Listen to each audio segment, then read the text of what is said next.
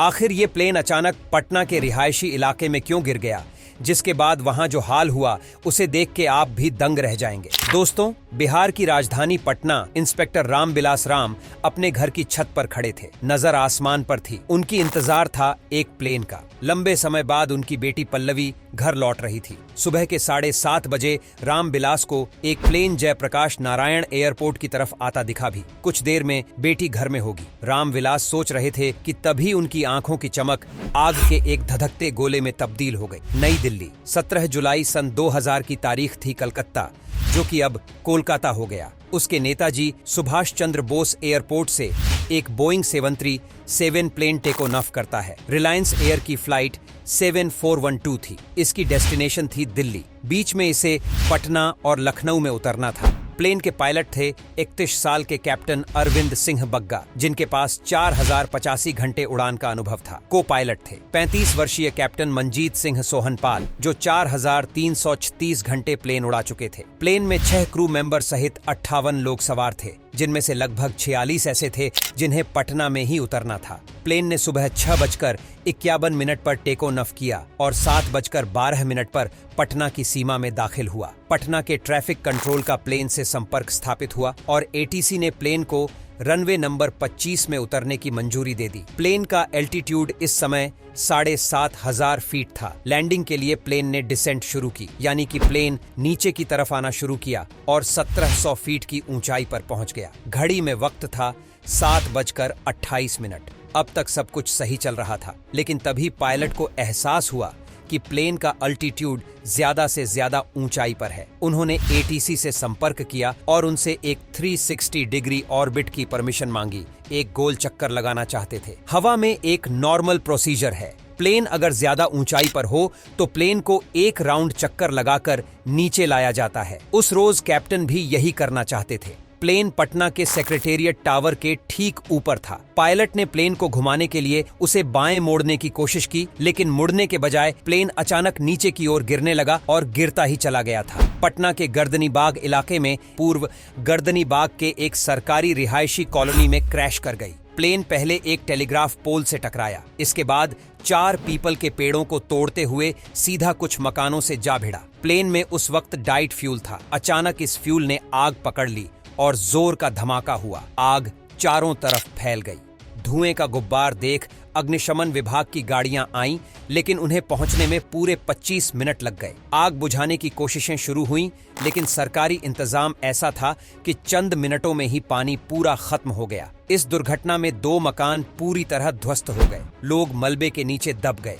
बचाव दल काम में लगा था, लेकिन बाहर मची अफरा तफरी के चलते चीजें मुश्किल हो रही थीं। दरअसल जैसे ही प्लेन क्रैश हुआ, तमाशा देखने के लिए तमाशाबीनों की भीड़ लग गई। गर्दनी बाग की तंग गलियों के चलते वैसे ही दिक्कत हो रही थी। ऊपर से लोग एम्बुलेंस और फायर ब्रिगेड पर चढ़ गए और इसके नतीजे में राहत और बचाव प्रक्रिया पूरी तरह ठप हो गई। अंत में जब फौज के कुछ जवान आए, तब जाकर लोगों की भीड़ को वहां से कुछ हटाया जा सका।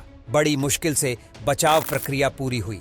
घायलों को अस्पताल पहुंचाने के बाद अब जांच की बारी थी। अनुभवी पायलट, साफ मौसम, सब कुछ ठीक होने के बाद भी ऐसा क्या हुआ कि प्लेन क्रैश कर गया। इस केस में सबसे पहले सवाल उठा प्लेन बनाने वाली कंपनी पर, क्योंकि बोइंग का 7200 मॉडल का यह विमान 20 साल पुराना था और 6 महीने बाद ही सरकार इसे फेज आउट करने वाली थी। हालांकि जांच कमेटी ने माना कि प्लेन पुराना होने के बावजूद उड़ने की हालत में थी। इसके बाद बारी आई फ्लाइट डाटा रिकॉर्डर की। उड़ान के दौरान पायलट की आवाज रिकॉर्ड करने वाले कॉकपिट वॉइस रिकॉर्डर और उड़ान की जानकारी दर्ज करने वाले फ्लाइट डाटा रिकॉर्डर को ही आम भाषा में हम ब्लैक बॉक्स कह देते हैं। फ्लाइट रिकॉर्डर में मौजूद डेटा के अनुसार प्लेन क्रैश से पहले क्या हुआ। अब आप देखिए, प्लेन की कमान कैप्टन बग्गा के हाथ में थी, जबकि कैप्टन सोहनपाल रेडियो कम्युनिकेशंस देख रहे थे। सुबह 7:32 पर प्लेन का अल्टीट्यूड 1280 फीट, एयरपोर्ट से दूरी 2.25 किलोमीटर, जबकि इतनी दूरी पर प्लेन को सिर्फ 600 फीट पर होना चाहिए था। ऐसी स्थिति में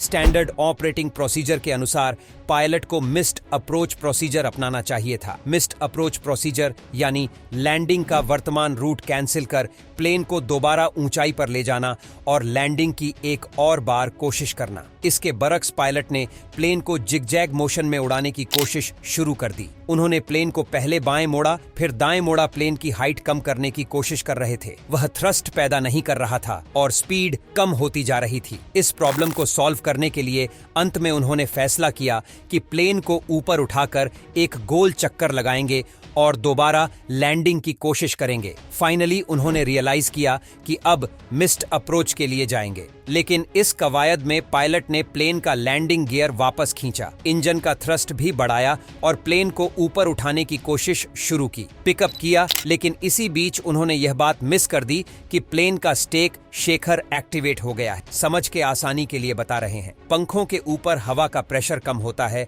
जो पंखों को ऊपर की ओर उठाता है, जबकि पंखों के नीचे हवा का प्रेशर ज्यादा होता है और यह प्रेशर पंखों को ऊपर की ओर धकेलता रहता है। प्लेन जब हवा में सीधा रहता है तो एक तरह का भ्रम होता है। अब देखिए कि तब क्या होता है जब प्लेन ऊपर की ओर चढ़ने की कोशिश करता है। ऐसे में प्लेन पिच करता है, प्लेन की नोक तिरछी होती है। हवा जिस एंगल में पंख से टकराती है उसे एंगल ऑफ अटैक कहते हैं। जब ऐसा जा रहा है, जैसे जैसे एंगल बढ़ता जाता है, पंख के ऊपर तरफ बहने वाली हवा पंख से टकराकर छितराने लगती है। उस पायलट ने प्लेन की स्पीड बढ़ाने की कोशिश में फ्लैप 40 से 15 डिग्री पर ले आए। वो प्लेन का एंगल पहले से ज्यादा था। फ्लैप कम होने के चलते लिफ्ट और कम हो गई, लिहाजा प्लेन आगे बढ़ने की बजाय और तेजी से नीचे आने लगा और जाकर जमीन से टकरा गया। इंडिया टुडे की रिपोर्ट के अनुसार भरत रुंगटा फ्लाइट 412 में चढ़ने वाले आखिरी शख्स थे। रुंगटा प्लेन की विंडो सीट पर बैठे थे और क्रैश होने के पहले आखिरी 10 सेकंड के बारे में उन्होंने इंडिया टुडे को बताया था। अचानक जोर की आवाज हुई और मेरी नींद खुल गई। प्लेन झटके खा रहा था और अचानक हम जमीन से टकरा गए। क्रैश होने के बाद प्लेन के 3 टुकड़े हो गए, जिसके चलते रुंगटा छिटक कर दूर जा गिरे और किस्मत से उनकी जान बची। उनके अलावा सिर्फ 2 और लोग ऐसे थे जिनकी जान बच पाई। हादसे में प्लेन के अंदर बैठे 55 लोगों की मृत्यु हुई। हादसे की जद में 5 और जिंदगियां आई जो प्लेन क्रैश के वक्त जमीन पर मौजूद थे। तो दोस्तों, वीडियो पसंद आई तो इसे लाइक